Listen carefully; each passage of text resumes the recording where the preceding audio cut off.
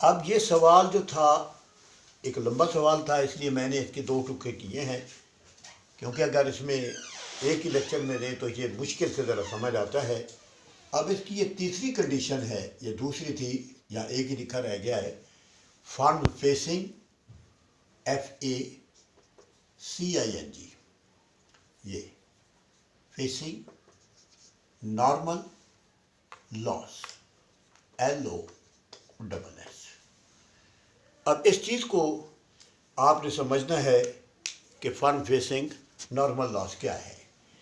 इसमें पहले इसमें दो चीज़ें होती हैं, एक होते हैं फिक्स कॉस्ट, एक होते हैं वेरिएबल कॉस्ट।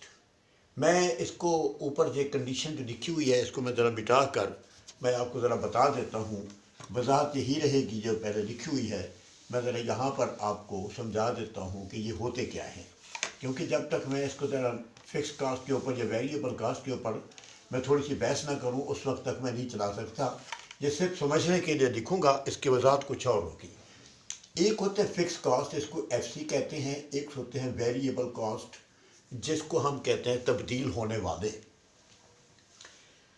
पहली बात यह है कि फिक्स कॉस्ट क्या होते हैं। ये सवाल भी 2 नंबर का पूछ सकता है, what are the fix cost, what are the variable cost, what is different between fix cost and variable cost. Fix cost वो होते हैं जब कारखाना या कारोबार बंद हो या खुला हो, हर हालत में बर्दाश्त करने पड़ते हैं, ये कभी माफ़ नहीं होते।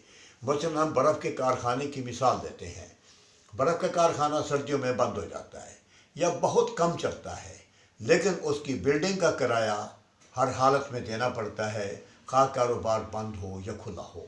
जिस तरह हम मुख्तलिफ़ किस्म के कॉलेजेस देख सकते हैं, ये कॉलेजेस हैं या स्कूल हैं, ये कोरोना की वजह से बंद हैं, लेकिन जो बिल्डिंग का किराया है वो जो मालिक होता है वो कभी भी माफ़ नहीं करता।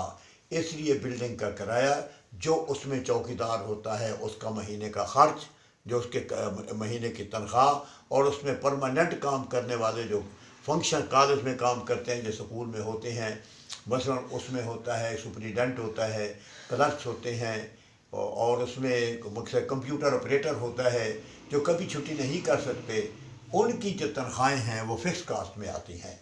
इसलिए ये जो नॉर्मल लॉस में फिक्स कास्ट जो होते हैं ये पूरे के पूरे बर्दाश्त करने पड़ते हैं। और वेरिएबल कास्ट क्या होते हैं? वेरिएबल कास्ट कहते हैं तब्दील होने वाले।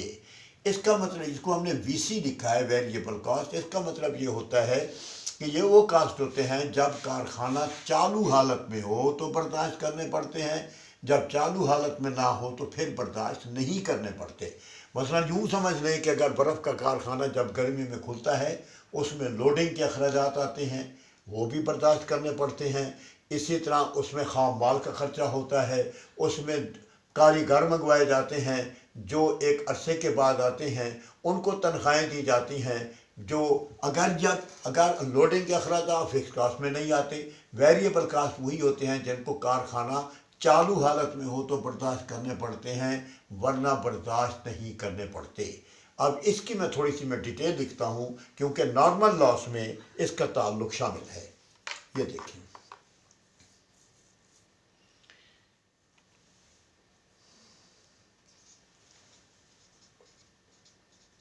इन नॉर्मल लॉस फर्म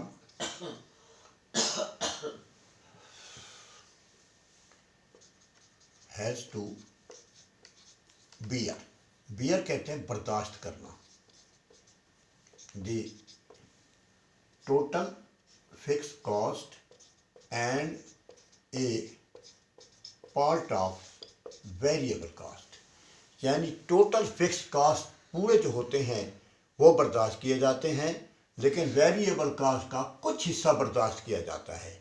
इसकी पहले मैं आपको एक मिसाल दे देता हूँ जो इसमें लिखनी नहीं है, वैसे आप समझ लें। मसलन यूँ समझ लें कि किसी फर्म के जो फिक्स कास्ट हैं वो हैं 2000 और वेरिएबल कास्ट जो हैं ये हैं 8000, ये टोटल बन गए 10,000। लेकिन जब हमारे पास ये टोटल खर्च है, ये टोटल जो खर्च है वो बना 10,000, लेकिन हमारे पास पैसे इतने आते हैं माल बेचकर, हमारे पास जो हमारी जो TR वसूलियाँ आती हैं वो होती हैं 9,000। इसका मतलब ये है कि अगर हम कारखाना बंद करते हैं तो फिक्स का 2,000 जो है वो हमें बर्दाश्त करने पड़ते हैं। तो इसलिए अगर हम कारखाना चालू हालत में रखते हैं तो हमें 1,000 बर्दाश्त करने पड़ते हैं। इसलिए हम कारखाना खोल देंगे और 1,000 रुपया नुकसान जो है वो बर्दाश्त करेंगे। अब आपको ये समझ आ सकी है, in normal loss firm has to bear the total fix cost and a part of the variable cost. अब मैं इसकी डायग्राम बनाता हूँ, आपको ये समझ आ जाएगी।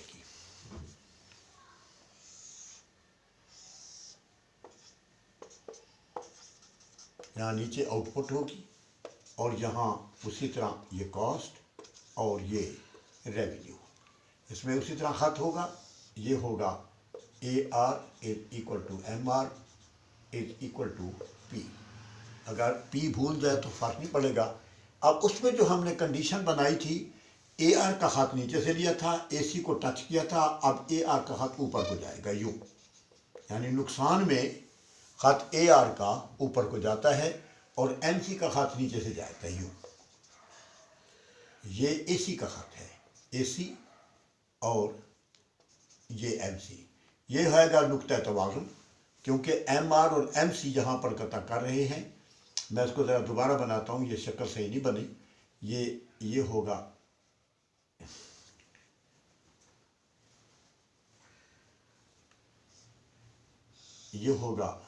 AC और ये होगा MC। ये नुक्ता तवाज़ुन होगा, ये OQ पैदावार होगी। ये करने के बाद आपने खत को ऊपर सीधा ले जाना है। इस कटी हुई जगह को आपने नहीं देखना कि इसको हम गलत करते हैं। देखिए मैं आपको बताऊं, बाज़ औक़ात लड़के गलत करते हैं। मैं यहाँ आपको समझाता हूँ कि गलत कैसे करते हैं। मसलन यूँ कर लिया, यूँ कर लिया, यूँ कर लिया और यूँ कर लिया। ये गलत डायग्राम है। तो ख्याल करना, इसको हमने नहीं करना, हमने सिर्फ ऊपर AC से टच करना है। अब AC ये नीचे E है, F ऊपर होगा। अब हम इसको यूँ कर लेंगे। ये ऊपर वाला शेडेड एरिया जो है ये इस फर्म का मामूली नुकसान होगा। P नीचे आ जाएगा, C ऊपर चला जाएगा। भाई यही इसकी वजाहत है। अब आप समझ गए हैं। डायग्राम को मैं इधर दोबारा समझा देता हूँ छोटी सी जगह के ऊपर। ये देखें, इसको यूँ करना है, इसको यूँ टच करना है, फिर इसको यूँ करना है। ये करने के बाद ये है असल तरीक़ाकार जो इसको बनाना है। वो मैंने रफ बनाई है, ये मैंने ओरिजिनल बनाई है। अब इसमें लिखना है वही, in this diagram firm is equilibrium at point T where MR is equal to MC, firm is producing OQ units of output and charging the price OP। आगे होगा ये नॉर्मल प्रॉफिट है, यहाँ लिखें नॉर्मल लॉस इज। अब यहाँ पर होगा लिखा हुआ CFPE। अब मैं इसको 2-3 मिनट तक इसको मैं यहाँ खामोश होकर मैं आपको दोबारा बता देता हूँ।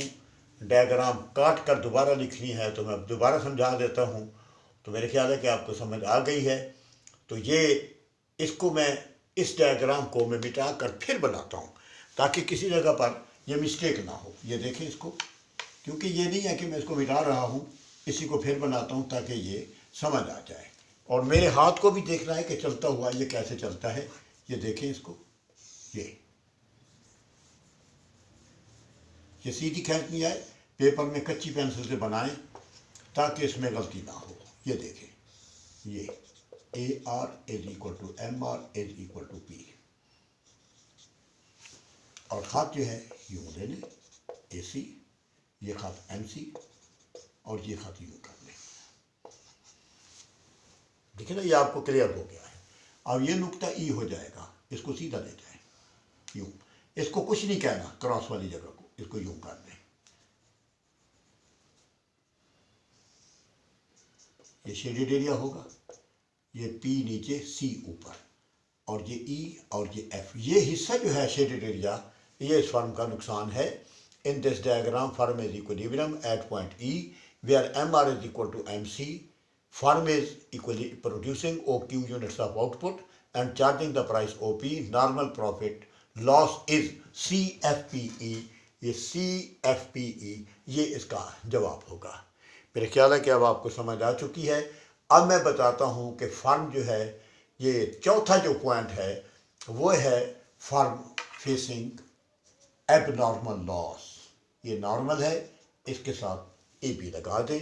एबनॉर्मल लॉस का मतलब ये होता है कि बहुत ज़्यादा नुकसान जो फर्म बर्दाश्त नहीं कर सकती, नतीजे के तौर पर फर्म को यानी बंद करना पड़ता है। अब मैं थोड़ी सी इसकी वजाहत ये करता हूँ। A normal loss firm has to bear ये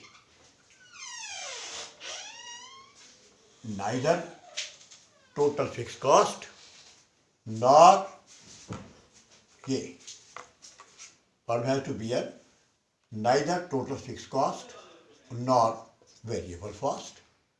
यानी जब फर्म जो है ना टोटल फिक्स कॉस्ट को बर्दाश्त करेगी ना ही वेरिएबल कॉस्ट को बर्दाश्त करेगी, इसका मतलब है कारोबार बंद करना पड़ेगा। मैं वही मिसाल ले लेता हूँ कि फिक्स कॉस्ट जो है वो बनते हैं 2000, वेरिएबल कॉस्ट हैं 8000, टोटल खर्च जो है वो है 10,000 और हमारे पास जो टोटल रेवेन्यू आता है वो आता है 7,000।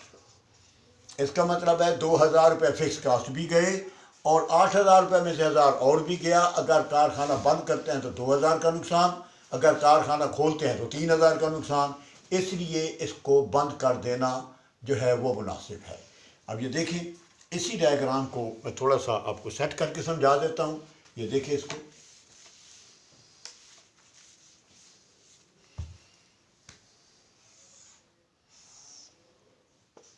यहाँ आउटपुट होगी और यहाँ इसी तरह कॉस्ट एंड रेवेन्यू।